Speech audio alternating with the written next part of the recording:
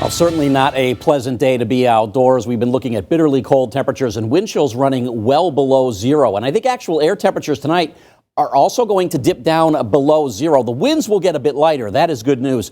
But we're still looking at another bitterly cold night coming our way. All quiet, though, on our Monarch Place Skycam at this hour. But it certainly is cold. 9 above zero here in Springfield. The wind only out of the northwest at 8, but that still makes it feel colder. The wind chill is 3 below zero, and the air mass very dry. Look at that dew point, a dew point of -12 here in the Springfield area. Temperatures right now, a frigid night out there, single digits throughout much of western Mass.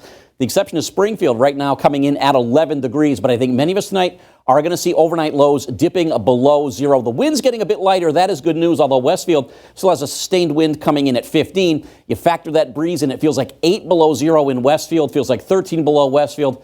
It was like 7 below in North Adams, and here in Springfield feels like 3 degrees below zero. So another frigid night tonight with skies clearing. And the good news is the daylight hours tomorrow are dry. We get some sunshine. Clouds will increase late ahead of our storm system. And a rather powerful storm system is going to be coming our way for Monday with some snow, perhaps even transitioning over to a mix, maybe even some rain mixing in as well. But the winter storm watch is already up for Berkshire County, Franklin County, Western Hampshire, Western Hampden County from midnight Monday until 7 p.m. Monday evening. The areas that are under the winter storm watch, these are where we think the higher snowfall amounts are going to be. But even here in the valley, we could pick up several inches of snow before a possible transition over to that mix. So you take a look at the satellite and radar. The skies are actually clearing out. Combine that with the winds going lighter, the temperatures are going to be able to drop off quickly as the sun goes down. There is our storm system over the southern U.S., and this is what's going to track on up to the northeast as we head through the day tomorrow. And right now, it looks like it's going to take more of a westerly track with the area of low pressure, which means the biggest amounts of snow to our west. And for us here in western Mass, we start out as snow and then go over to a wintry mix, perhaps some rain, and that could lower the snowfall amounts a bit. As we take a look at Futurecast, it shows the storm tracking on up the eastern seaboard as we head through the day tomorrow, continuing to intensify as it does. For us here in western Mass, I think precipitation moves in after midnight Sunday night into the early morning hours of Monday. But it looks like we get a pretty good thump of snow as the precipitation begins. And then as that warmer air does try to move in, that's when we see that gradual transition over to a wintry mix and then eventually over to rain before the precipitation all begins to wind on down. So here's what we're thinking for snowfall amounts right now.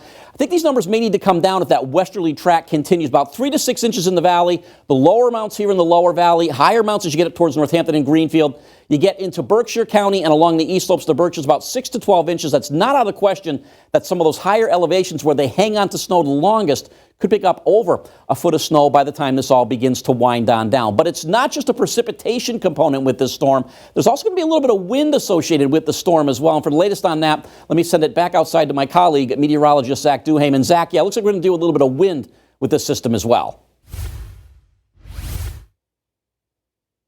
Passing by, man, it is downright cold out here, but for tomorrow it's cold and eventually warm things up. But from the coastal Connecticut to Cape Cod to Boston, that's where the strongest winds are. So Springfield gusts maybe 45, maybe 50, but down in southern Connecticut, some gusts maybe towards 60, 65. Cape Cod, one of the models has a gust near 80. I think that's a little overdone, maybe 65 to 70.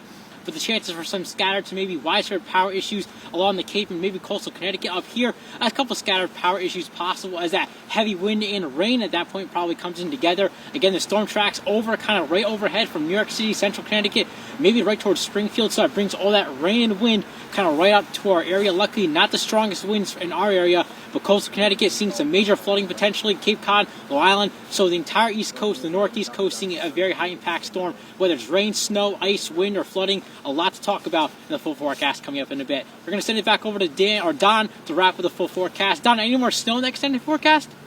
Really, Zach, I think once we get this storm out of here, the weather pattern does quiet down a bit, though it is certainly going to be cold around here. Temperatures on Tuesday behind the storm system with a bit of a breeze, only in the mid to upper 20s. We're back into the 30s on Wednesday, but then looks like the air mass gets colder once again for the end of the week and into next weekend, with daytime highs only in the 20s and nighttime lows as we head towards the end of the week. We'll be dipping back down into the single digits. That's Check Your Forecast. Matt, send it back over to you.